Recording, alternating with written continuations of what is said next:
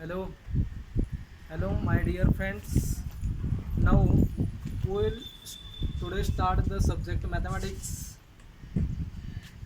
The mathematics subjects can be converted into the two parts: part first and part second. Part first contain in seven topic, and part second contain in a eight topic. Now today we will start the part first topic, which name is mathematical logic. ठीक आहे. तर आज आपण mathematical logic हा part first मधला topic चालू करणार आहोत. आता मॅथमॅटिक्स हा वर्ड तुम्ही इयत्ता बालवाडीपासून मॅथमॅटिकल हा शब्द बघताय. तुम्ही मॅथमॅटिक्स हे बालवाडीपासून शिकताय. आता बालवाडी ते आत्तापर्यंत 11वीपर्यंत तुम्ही मॅथमॅटिक्स हा वर्ड शिकलेला आहात. आता नवीन शब्द हा तुमच्यासाठी हा लॉजिक आहे. ठीक आहे. तर लॉजिक हा शब्द हा ग्रीक वर्ड पासून आला आहे. तर logic is defined from the Greek word logos. Logos आणि logos means the process of reasoning. The process of the reasoning. The logic word is derived by Greek word logos, and logos means the process of the reasoning. The process of the reasoning. आता process of the reasoning, reason म्हणजे कारण. काय लहान मुलं बघा, तुम्ही घरामध्ये जर तुम्ही ऑब्झर्व केलं तर लहान मुलं नेहमी बघा आपल्याला एक नेहमी प्रश्न सारखे विचारत असं, बघा मम्मी हे काय, पप्पा ते काय, म्हणजे त्यांचं एक रिझन चालू असतं, म्हणजे हे काय ते काय असं. The process of the reasoning त्याला आपण काय म्हणतो, लॉजिक म्हणायचं. ठीक आहे. आता लॉजिक म्हणजे तर काय, आपण जर त्याचा समानार्थी शब्द बघितला तर आयडिया. आयडिया म्हणजे काय, कल्पना. ठीक आहे. तर हा लॉजिक हा वर्ड ग्रीक वर्ड या शब्दापासून डिफाईन झाला आहे, आणि ग्रीक वर्डमध्ये त्याला लोकस म्हणायचं, आणि लोकस म्हणजेच काय, the process of the reasoning. ठीक आहे. Now the language is the medium of the communication of the our thoughts. आपली जी लँग्वेज आहे ती लँग्वेज आपण कम्युनिकेशन करण्यासाठी त्याचा वापर करत असतो डे टू डे लाईफमध्ये. मग त्याच्यामध्ये आपण फॉर एक्झाम्पल जर घेतलं तर आपण सहज म्हणतो बघा, रामने आंबा खाल्ला, मी पुण्याला गेलो.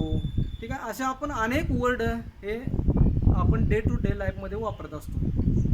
ठीक आहे. मग इंग्लिश लँग्वेज शिकत असताना आपल्याला त्याच्यामध्ये बरेच तुम्हाला सेंटेन्स येत असतात इंग्लिश लँग्वेजमध्ये. मग त्याच्यामध्ये आपल्याला इंग्लिश लँग्वेजमध्ये टाईप्स ऑफ द सेंटेन्स आलं पाहिजे. ठीक आहे. आता आपण सुरुवातीला काय बघूया, पहिला पॉईंट आपला तर टाईप्स ऑफ द सेंटेन्स. ठीक आहे. त्याच्यामध्ये there are the basically 4 types. त्याच्यामध्ये पहिला टाईप आहे असर्टिव्ह सेंटेन्स. त्यालाच आपण डिक्लेरेटिव्ह सुद्धा म्हणणार, त्याला सिम्पल सुद्धा आपण म्हणणार, आणि मराठीमध्ये त्याला काय म्हणायचं, साधं वाक्य म्हणायचं. ठीक आहे. Number 2 इम्पॅरेटिव्ह sentence. त्यालाच आपण काय म्हणतो, आज्ञार्थी वाक्य म्हणतो. ठीक आहे. नंबर 3 आहे इंट्रॅगेटिव्ह सेंटेन्स, म्हणजेच त्याला आपण प्रश्नार्थक वाक्य म्हणायचं मराठीमध्ये. आणि नंबर 4 आहे एक्सक्लेमेटरी सेंटेन्स. त्याला आपण उद्गारवाचक वाक्य म्हणतो मराठीमध्ये. ठीक आहे. आता there are the basically 4 types of the sentence in English language. त्याच्यामध्ये पहिला तुम्हाला प्रकार लिहिलेला आहे, 1 नंबर, 2 नंबर, 3 नंबर आणि 4 नंबर. आता जो पहिला टाईप आहे तो असर्टिव्ह सेंटेन्स. असर्टिव्ह सेंटेन्स म्हणजे डिक्लेरेटिव्ह म्हणजे त्याला आपण काय म्हणतो, सिम्पल सेंटेन्स म्हणतो. ठीक आहे. आता फॉर एक्झाम्पल ह्याचं जर तुम्हाला द्यायचं झालं तर इकडे बघा, Delhi is the capital of the India. पहिले एक्झाम्पल घेतो, Delhi is a capital of India. Delhi is the capital of the India. तर दिल्ली ही भारत देशाची काय आहे, राजधानी आहे. ही वाक्य आहे बघा, आणि ते कशामध्ये येणार आहे, टाईप्स ऑफ द सेंटेन्समध्ये असर्टिव्हमध्ये येणार आहे. ठीक आहे. जर अजून एक दुसरं जर तुम्हाला एक्झाम्पल द्यायचं, नंबर 2 आपल्याला म्हणता येईल 3 is odd number. 3 is odd number. 3 हा कसला नंबर आहे, ऑड नंबर आहे, तुम्हालाही माहीत आहे. ठीक आहे. तर हे झाला पहिला टाईप बघा. टाइप्स ऑफ द सेंटेन्समध्ये पहिला टाईप काय, असर्टिव्ह सेंटेन्स, त्यालाच आपण डिक्लेरेटिव्ह सेंटेन्स म्हणतो, त्यालाच काय म्हणायचं आपण, सिम्पल सेंटेन्स म्हणायचं. ओके, आता हे त्याचे एक्झाम्पल झाले. असर्टिव्हचं एक्झाम्पल काय झालं, Delhi is the capital of India. Number 2, 3 is odd number, 3 हा ऑड नंबर आहे. हे 2 एक्झाम्पल असर्टिव्ह सेंटेन्स झाले. नंबर 2, आता नंबर 2 बघा, इम्पॅरेटिव्ह सेंटेन्स म्हणजेच आज्ञार्थी वाक्य. आता इम्पॅरेटिव्ह सेंटेन्समध्ये एक रिक्वेस्ट येते आणि एक कमांड येत असते. आता रिक्वेस्टमध्ये, आज्ञार्थीमध्ये रिक्वेस्ट आणि कमांड. आता त्याच्यामध्ये फॉर एक्झाम्पल जर सांगायचं झालं रिक्वेस्टमधलं, तर आपण बघा वर्गामध्ये एखाद्या वेळा आपला पेन अचानक संपला तर आपण काय म्हणतो, please give me a pen. Please म्हणजे रिक्वेस्ट आली तिथं, ठीक आहे. त्यानंतर please give me a glass of water, ठीक आहे. ही रिक्वेस्टची एक्झाम्पल झाली. त्यानंतर जर आपल्याला कमांडची जर एक्झाम्पल द्यायची असेल तर त्याच्यामध्ये आपण म्हणतो sit down, run the fast, shut the door, ठीक आहे, अँड सो ऑन. असे आपल्याला बरेच एक्झाम्पल हे तुम्हाला इम्पॅरेटिव्ह सेंटेन्समध्ये सांगता येतात. त्यापैकी मी एक लिहितो, एक रिक्वेस्टचं लिहितो आणि दुसरं काय, कमांडचं लिहितो. Number 1, please give me a pen, pen, please give me a pen, ही रिक्वेस्टच झालं. आणि नंबर 2 मी कमांडचं लिहितो बघा, रन द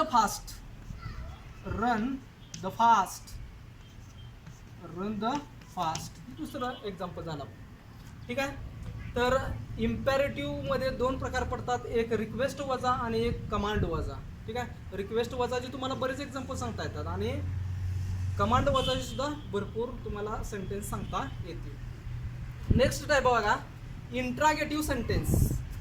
इंट्रागेटिव्ह सेंटेन्स त्याला मराठीत आपण प्रश्नार्थक वाक्य म्हणतो. मराठीमध्ये काय म्हणायचं, प्रश्नार्थक वाक्य, ठीक आहे.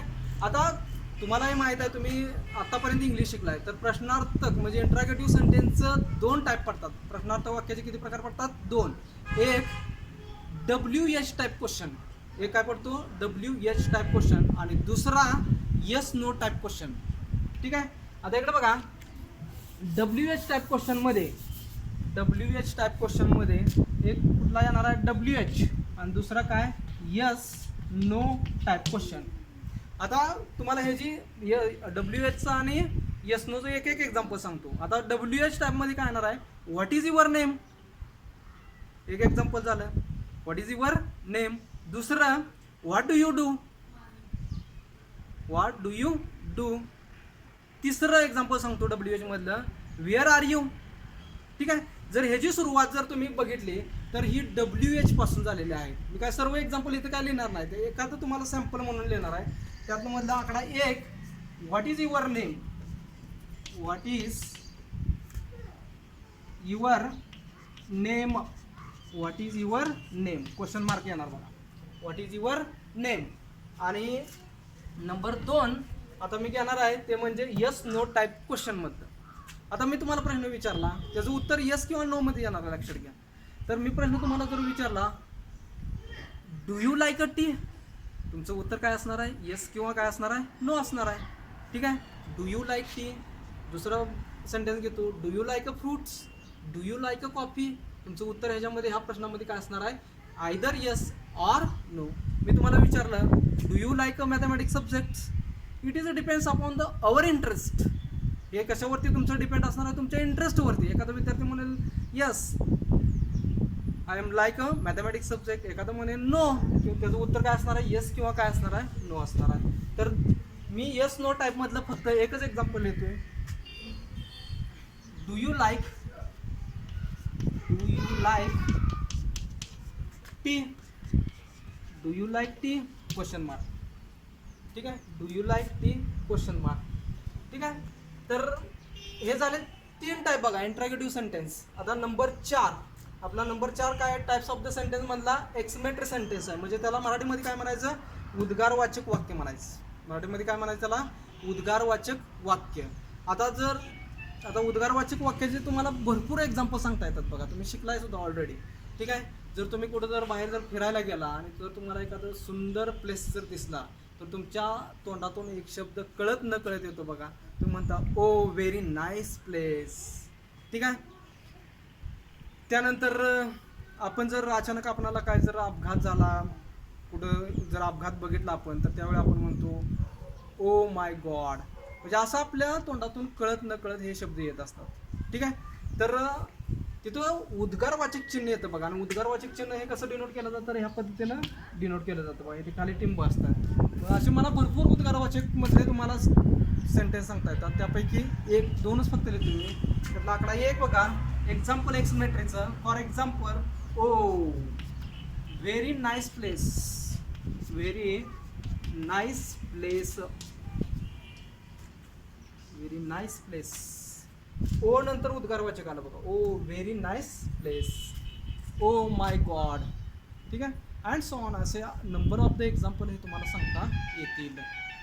ठीक आहे. हे आपण डे टू डे लाईफमध्ये ह्या वाक्यांचा वापर कळत न कळत हे करतच असतो 100%. ठीक आहे.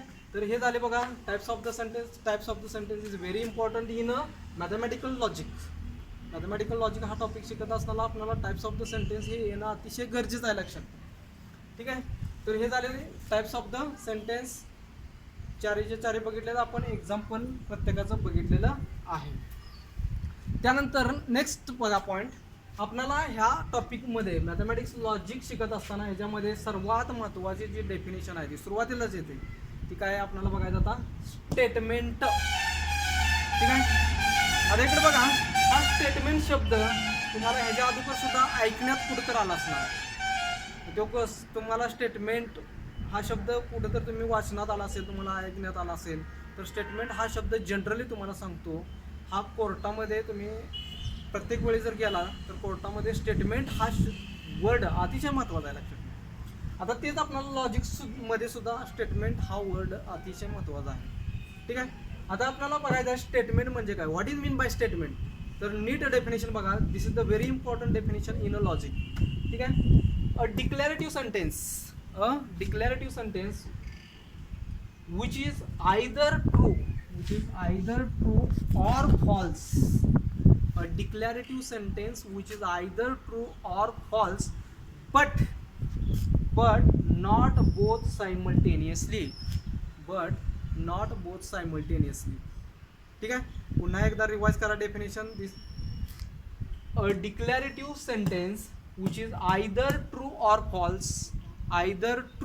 false, but not both simultaneously, is called as काय म्हणायचं, स्टेटमेंट म्हणायचं. ठीक आहे. मराठीमध्ये तुम्हाला सांगतो बघा, असं वाक्य की ज्या वाक्याचं उत्तर हे एकतर ट्रू असेल, म्हणजे एकतर बरोबर असेल, किंवा एकतर काय असेल, फॉल्स म्हणजे चुकीचं असेल, असं वाक्यालाच काय म्हणायचं, स्टेटमेंट म्हणायचं. ठीक आहे. फॉर एक्झाम्पल मी लिहिले ऑलरेडी, इकडे बघा. आता ही जर तुम्ही वाक्य बघितलं, हे वाक्य पुन्हा एकदा तुम्ही या, Delhi is the capital of the India. Delhi ही भारताची राजधानी आहे का हो, हे जर तुम्हाला विचारलं तर त्याचं उत्तर काय असणार आहे तुमचं, बरोबर असणार आहे लक्षात ठेवा. म्हणजे तुम्ही काय म्हणणार, ट्रू. ठीक आहे. जर मी असं म्हटलं समजा, Mumbai is the capital of the India, तर तुम्ही काय म्हणणार, फॉल्स. ठीक आहे. म्हणजे मी जर शब्द नुसता वर्ड बदला, दिल्लीच्या ऐवजी जर मुंबई मी टाकलं, दिल्लीच्या ऐवजी मी काय टाकलं, मुंबई टाकलं, तर तुमचं इथं वाक्य काय होणार आहे, हे फॉल्स होणार आहे लक्षात ठेवा. ठीक आहे. इथं काय येणार आहे, ह्याचं ट्रू येणार आहे. ठीक आहे. म्हणजेच एखादं वाक्य ज्या वाक्याची ट्रू, म्हणजे ज्या वाक्य हे काय असेल, ट्रू असेल किंवा फॉल्स असेल, त्यालाच काय म्हणायचं आपण, स्टेटमेंट म्हणायचं. ओके. ठीक आहे. आता इकडे बघा, आता त्यानंतर काय बघायचं आहे, statement is a generally denoted by. Statement हे जनरली हे स्मॉल लेटरनं डिनोट केले जातात. Statement is a generally denoted by the small letter such as P, Q, R, S, T and so on. बघा, अँड सो ऑन. म्हणजे statement हे generally small लेटरने denote करायचे. ते जनरली कसे करायचे, P, Q, R, S, T and so on. आता एखादा विद्यार्थी म्हणेल, सर स्मॉल ए न का करायचं नाही, स्मॉल बी न का करायचं नाही, स्मॉल सी न का करायचं नाही, केलं तरी चालतं. पण जनरली तुम्हाला सांगतो, ते तुम्हाला स्मॉल ए बी सी हे कुठं पुस्तकात दिसणार नाही. तुम्हाला जनरली हे P, Q, R, S, T and so on दिसेल. ठीक आहे. ओके. मग आता मी स्टेटमेंटचंच एक्झाम्पल घेतो बघा. फॉर एक्झाम्पल एक पहिले घेतो, P कॉलन लिहितो बघा. इथं P कॉलन, या दोन टिंबाला काय म्हणायचं आपण, कॉलन म्हणायचं. ठीक आहे. P colon. 2 is only even prime number. 2 is only even prime number. 2 is only even prime number. आता तुम्हाला येता 11वीमध्ये मी बऱ्याच वेळा सांगितलेलं आहे. तर 2 हा कसला नंबर आहे, तर तो प्राईम पण आहे आणि प्लस इवन पण आहे. आणि हे तुम्हाला माहीत आहे की प्राईम नंबर म्हणजेच काय, तर मूळ संख्या. तर मूळ संख्या जर तुम्ही बघितल्या तर मूळ संख्येची सुरुवात कुठून होते, 2. मूळ संख्या म्हणजे तर नेमकं काय, ज्या संख्येला त्याच संख्येने किंवा 1ने भाग जातो अशा संख्येला काय म्हणायचं, प्राईम नंबर म्हणायचं. इतर कोणत्याही संख्येनं भाग जात नाही. ठीक आहे. मग त्याच्यामध्ये काय येणार आहे, प्राईम नंबरमध्ये 2 येणार बघा. त्यानंतर काय येणार, 3 येणार. त्यानंतर काय येणार आहे, 5. सांगा लवकर. त्यानंतर 7. त्यानंतर काय येणार आहे, 11 अँड सो ऑन. बघा आता जर हे नंबर तुम्ही बघितलं, 13 येणार आहे, पुढं 17 येणार आहे. हे जर तुम्ही नंबर बघितलं तर 2, 3, 5, 7, 11 अँड सो ऑन. तर ह्याच्यामध्ये हे जर बघितलं नंबर तुम्ही 3 बघा, 5 बघा, 7 बघा, 11 बघा, 13 बघा, 17 बघा, हे कसले नंबर आहेत, तर हे ऑड नंबर आहे, लक्षात ठेवा. मग प्राईम नंबरमध्ये एकमेव हा 2 असा नंबर आहे तो इव्हन आहे. मग आता हे काय झालं, स्टेटमेंट झालं. मग जर मी तुम्हाला हे जर विचारलं बाबा हे वाक्य बरोबर आहे का चुकीचं आहे, तर जनरली सर्वांना माहीत आहे हे वाक्य काय आहे, बरोबर आहे. ठीक आहे. हे एक एक्झाम्पल झालं. Number 2 Q colon. Number 2 Q colon the triangle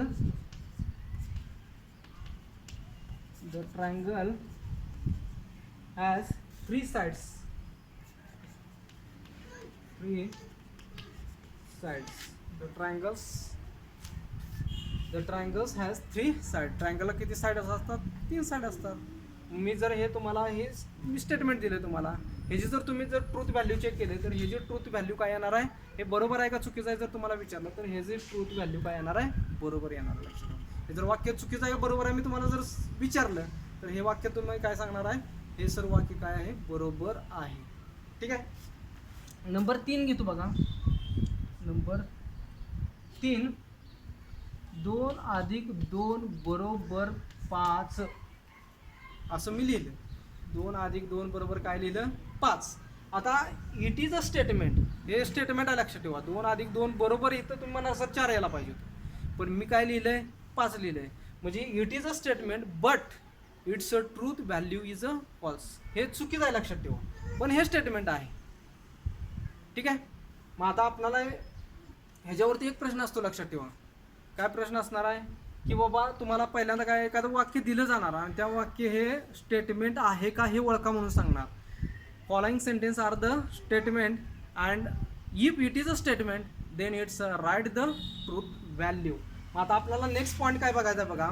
तर आपल्याला बघायचं आहे नेक्स्ट पॉईंट काय बघायचं आपल्याला, truth value of the statement. ठीक आहे.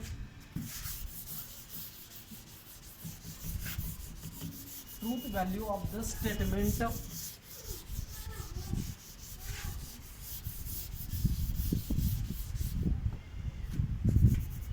ट्रूथ व्हॅल्यू, नेक्स्ट पॉईंट बघा. Truth value of statement. Truth value of the statement. आता इकडे बघा, truth value of the statement. जर एखादं स्टेटमेंट असेल तर त्याची ट्रूथ व्हॅल्यू आपल्याला फाइंड आउट करायचं आहे. आता if it is a statement, if a sentence is statement then which is either true or false. जर एखादं सेंटेन्स हे जर स्टेटमेंट असेल तर ते एक तर काय असणार आहे, बरोबर असणार किंवा चुकीचं असणार. कारण आपल्याला डेफिनेशनच ती सांगते. स्टेटमेंटची डेफिनेशन काय सांगते, a declarative sentence which is either true or false but not both simultaneous. मग जर एखादं वाक्य जर स्टेटमेंट असेल तर ते काय असणार आहे, एक तर ट्रू असणार आहे किंवा एक तर काय असणार आहे, फॉल्स असणार आहे. एक तर काय असणार आहे, फॉल्स असणार आहे. ठीक आहे. मग आता आपल्याला काय करायचं आहे, जर एखादं स्टेटमेंट जर ट्रू असेल तर त्याची ट्रूथ व्हॅल्यू काय लिहायची आहे, तर ट्रू लिहायची. लक्षात ठेवा, TRUE. म्हणजेच इथून पुढं हे पूर्ण शब्द लिहित बसायचं नाही, TRUE लिहायचं नाही, फक्त कॅपिटल लेटर T लिहायचं. लक्षात ठेवा, कॅपिटल लेटर काय लिहायचं, T. आणि if statement is a false then it's a truth value is false लिहायची. FALSE म्हणजेच काय लिहायचं, कॅपिटल लेटर F फक्त लिहायचं. If the statement is a true then it's truth value is a T लिहा, आणि if the statement is a false then it's truth value is a F.